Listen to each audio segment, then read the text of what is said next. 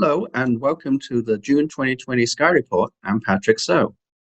We begin with the evening sky with this beautiful picture I took last month showing Mercury and Venus separated by a moon's diameter. Tony Cook, our astronomical observer, took this picture through a telescope showing Venus as a thin crescent. Venus has since moved into the glare of the sun and is no longer visible this month. Mercury will dominate the evening sky for a few weeks. On June 4th, Mercury will be at its farthest distance east of the Sun, setting about an hour after sunset. Look for it in the west. As the sky darkens, this is a good time to look for the Big Dipper or the Plough. You can see it high above the northern horizon. You can use the handle of the Big Dipper to find two bright stars in the late spring sky.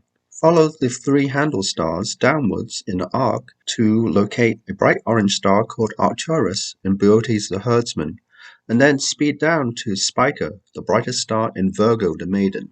In the morning sky, on June 8th, look for the waning gibbous moon below Jupiter in the south, with Saturn nearby. A few mornings later, on June 13th, the waning crescent moon is close to the red planet Mars in the southeast. In the next few months, you'll notice Mars will begin to brighten as the distance between Mars and Earth narrows. At the end of the month, Venus emerges from the sun's glare. It's visible low in the east before sunrise.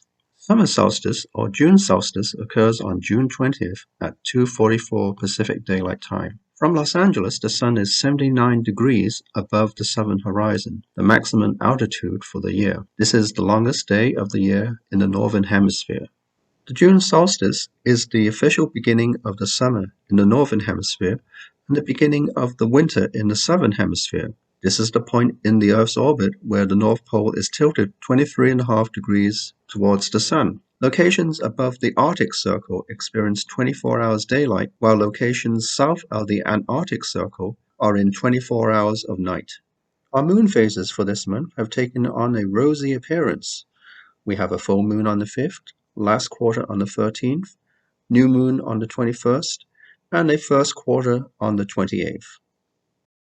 And that's the Sky Report for this month. Until next time, cheerio.